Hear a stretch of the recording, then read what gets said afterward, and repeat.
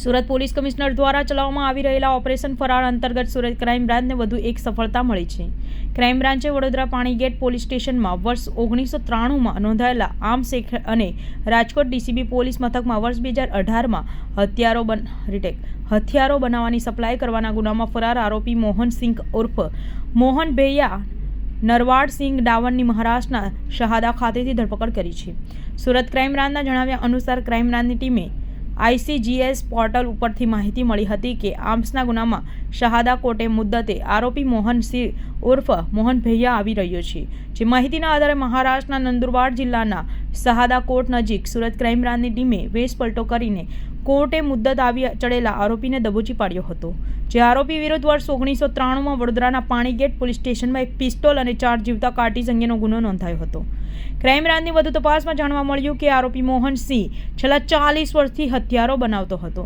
જાતે જ પોતાના વતનમાં હથિયાર બનાવી પોતે તેમજ પોતાના ગામમાં અલગ અલગ માણસો દ્વારા અન્ય રાજ્યોમાં આ હથિયારની સપ્લાય કરતો હતો.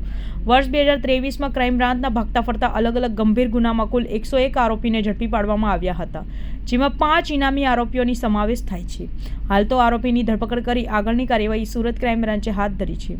નાસ્તા પડતા જૂના જે નાસ્તા પડતા આરોપીઓ છે એમને પકડવાની એક ઝુંબેશ ચાલતી હતી. એ ઝુંબેશ દરમિયાન અમારા ક્રાઇમ બ્રાન્ચના નાસ્તા પડતા PSI પઢિયાર સાહેબના સ્કોડને એવી માહિતી મળેલ કે આજથી 30 વર્ષ પહેલાં નાસ્તો પડતો આરોપી મોહનસિંહ મોહન ભૈયા નરવાડસિંહ જે મધ્યપ્રદેશનો રહેવાસી છે એની અમને બાતમી મળેલ. આ આરોપીના વિરુદ્ધમાં વડોદરા શહેર અને રાજકોટ શહેરમાં ગુનાઓ દાખલ થયેલ 1993માં અને 2018માં, જે બંનેમાં આ આરોપીનું નામ ખુલેલ છે.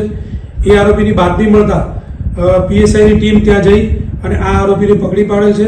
અને આ આરોપીના વિરુદ્ધમાં જે તે વખતે 70નું વોરંટ પણ કાઢવામાં આવેલું છે અને 30 વર્ષ જૂનો આરોપી ક્રાઇમ બ્રાન્ચની ટીમે પકડી પાડેલ છે. સાહેબ, શાના ગુનાનો આરોપી છે આ આરોપી આર્મ્સ એક્ટના ગુનાઓ છે, જેના વિરુદ્ધમાં રાજકોટ અને વડોદરા શહેરમાં આર્મ્સ એક્ટ વિરુદ્ધના ગુનાઓ દાખલ થયેલ છે. કેટલા હથિયાર મળ્યા હતા?